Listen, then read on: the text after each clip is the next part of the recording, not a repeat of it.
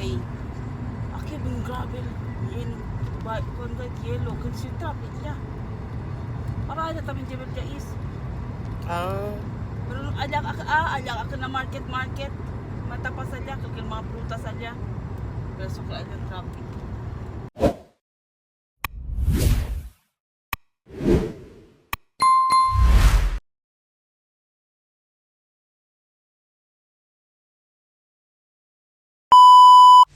So it's 3:30 in the morning and we're on the way going to Jebel Hafid Al Ain. From Abu Dhabi City, it will take us around 2 hours drive from the city of Abu Dhabi to Al Ain. Actually, Al Ain is a part of Abu Dhabi pero province type siya. Hindi kasi siya upgraded. Ini kami uban Pakistani, patan. Nuay li jacket li baya le manta. Nuay. Baka alya ning pregunta raw ta, tul alya uchin.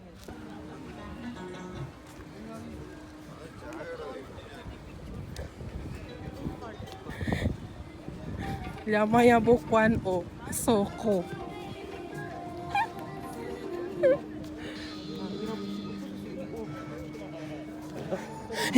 Lamaya po soko.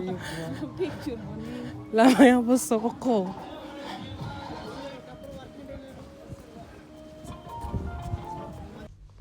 May natutulog doon na para silang Shanghai na nakabalot sa loob ng carpet. Sa sobrang lamig ba naman. Hindi namin alam na pwede pala mag-overnight dito. Marami ring nagba-barbecue. Marami ring na natutulog sa loob ng tent. Siguro taga dito lang sila or maybe they used to go here kasi alam nila na pwede pala eh. Si Daniela naman, nanlalamig siya. Kasi ang sabi namin magdala siya ng jacket. Hindi siya nagdala ng jacket. Ayan, buti na nga lang si Tessa may kumot doon sa likod ng sasakyan. Ayun, nakakumot siya para siyang, pareho siya yung mga nagka-camping dito. Mga kalahi niya. Tuining si amon cup. Ay, frio gayot.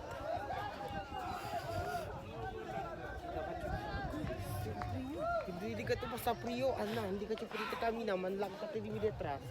Una-una po labi po niya. Sabi kami. Ang daming nagka-camping. May mga speaker sila, nagsasayawan, nagkakantahan. Karamihan mga lalaki. Pero meron din mga family na nagba-barbecue din sila. Marami ring mga Pilipino. Ay, ¿cuánto va el temperature? Aquí. Uf. Hingga 15 kun yung unang niya. 15? 15. Ala, cosa man kamo pwede hablar ara con el frialdad.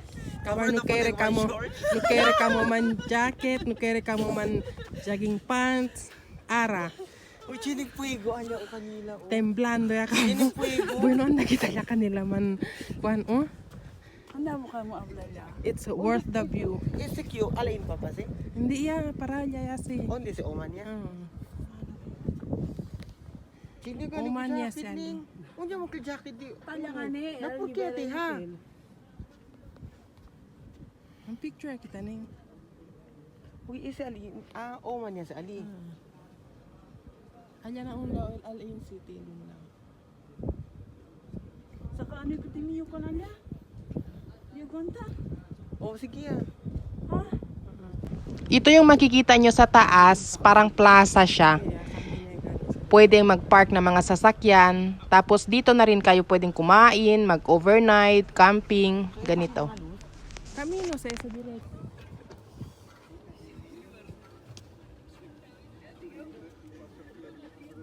Sedimentary rock gal ese kyo. 3,274 Christ's excavation of some of those tombs na. 300. Maganda talaga pumunta dito sa Jebel Hafid during cold season, yung taglamig. Kasi sobrang ganda siya para sa mga dry picnic. Magba-barbecue kayo, ganun. Tapos, dalawa lang naman ang reasons namin kung bakit kami pumunta sa ganitong oras ng madaling araw. Kasi gusto namin ma-experience kung paano dito sa taas during foggy. Kasi nakita namin sa video na sobrang fog dito sa taas. So sabi namin, madaling araw kami pupunta para i-witness namin kung ano ang pakiramdam, kung ano yung view during foggy. Tapos, aside from that, gusto rin namin ma-witness yung sunrise. Pero yun nga, dahil may appointment si Tessa na sa clinic at 8 o'clock in the morning. So let's see if we can still witness the sunrise or baka bababa na kami. Kasi yung auntie ko, nag-aantay rin siya ng 6 o'clock kasi nga sabi namin, pagbaba namin, diretso kami doon sa kanya kasi doon kami magbe-breakfast. Hindi, Bengali sa sila. Amo gani, Igmal na to. Mira po. Negro kasi siya.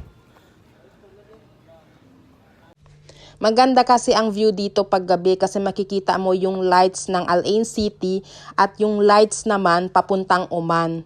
Kasi yung kabila nito is already Oman, the Buraimi border. So tuwing umaga naman, daytime, maganda din naman pero yun nga lang parang disyerto ang makikita nyo. Not like paggabi, maraming mga ilaw din. Parang naglalanding ba yung eroplano, pababa na siya. Ganun ang view.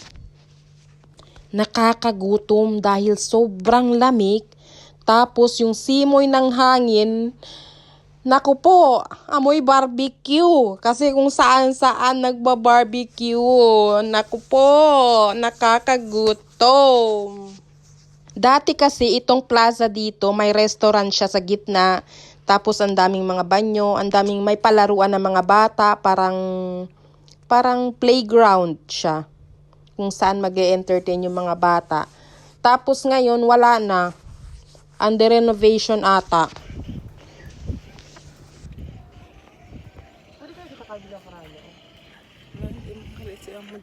May nada. Tareklamo ka mo. Anya ka na tun. Arataki mas yan na ka mo dentro freezer. Grabe, sobrang lamig.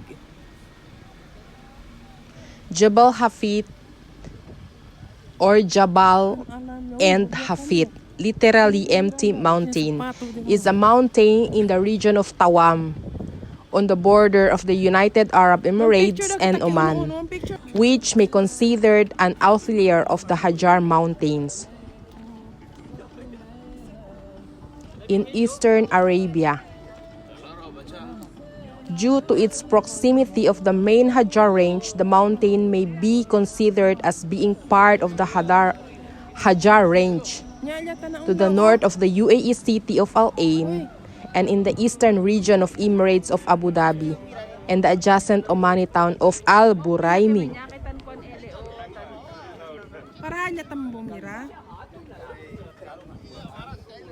Ang mabuli salta, kay may di si Ali ko sabo. Sobrang ganda ng view. Para ka talagang nasa taas ng eroplano, yung maglalanding ng eroplano. Tapos gabi makikita nyo, puro ilaw na lang. Ganito. Ganyan ang view. Kaya maganda pag gabi. Un peseta lang para The sole mountain in the Emirates of Abu Dhabi and one of the highest mountains in the country, it has given its name to a period of UAE history, the Hafid period of the Bronze Age, 3200 to 2600 BCE, because of the discovery of a clusters of important beehive tombs at its foothills.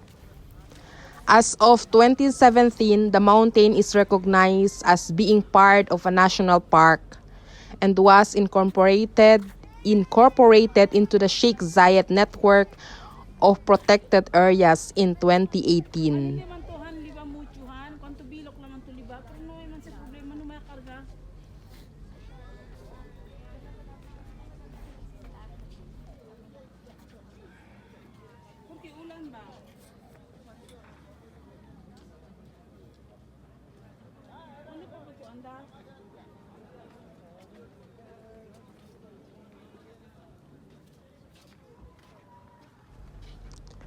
Standing guard on the border of Oman, this Al Ain mountain has been weathered over millennia, with significant fossils discoveries made in the area being vital pieces in the jigsaw that makes up the city's ancient story. Jebel Hafid rising to the height of 1,249 meters. This skyline dominating peak is Abu Dhabi's highest and the UAE's second tallest. Reach the summit of the Rocky Mountains by car, motorbike, or if you have the stamina, you can go by bicycle. Either you can walk.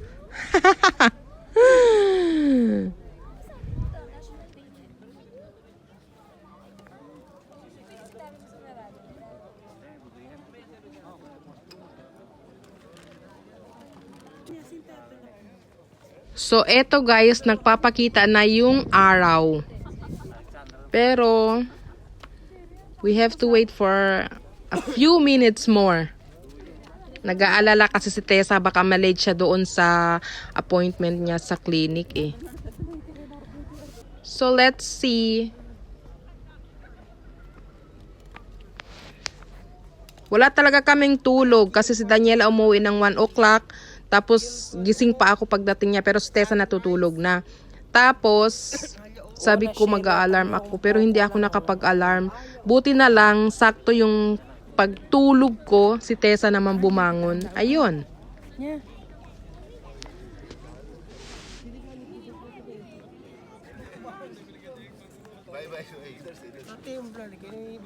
Para aja tao.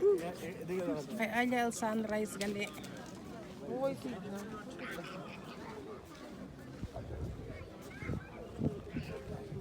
Ang dami ring pumupunta ng madaling araw at saka ganitong early morning din. Kasi yung mga family kasama yung mga anak nila, mga bata-bata, gusto rin nila ma-witness yung sunrise dito sa taas ng Jebel Hafid. Kaso nga lang, sobrang lamig. Kaya kung pumunta kayo dito during cold weather, kailangan doble-doble mga suot nyo. Yung ready kayo pang taglamig talaga.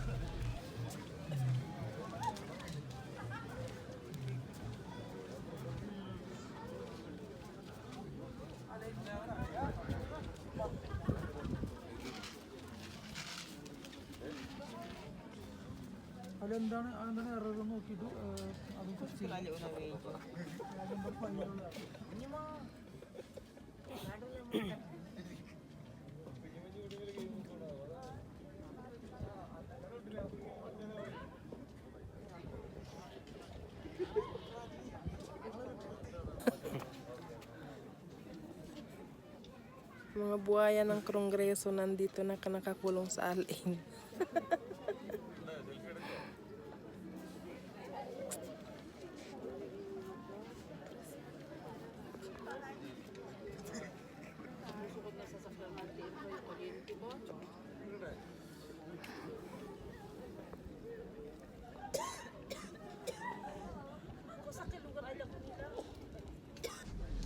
Si Tessa to sa sobrang frialdad. Kabarni, yaanda kami akinina, dakat kami ni karga maskin agwa kalyente.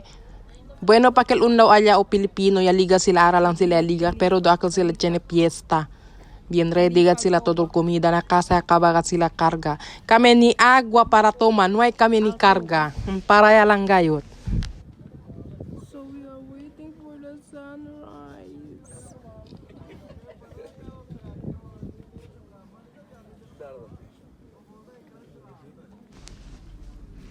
So yun yung view pag umaga na makikita nyo yung mga bahay-bahay na yan dyan ng Al Ain. Al Ain is a part of Abu Dhabi City. Tapos yung doon sa kabila kung saan kami unang pumunta, yun naman yun doon, yung view naman yung Oman, yung Buraimi. So ya apaga. So eto, Yan off. the lights are already off because the sun is already risen and it's time for us to go down kasi dadaan pa kami doon sa may Al Ain City sa town. Doon kami magbe-breakfast. And then we have to go back to Abu Dhabi because si Tessa may appointment sa clinic. So yun lang guys. Hope you find this video more informative. Thank you for watching. Don't forget to like, comment, and share. God bless everyone.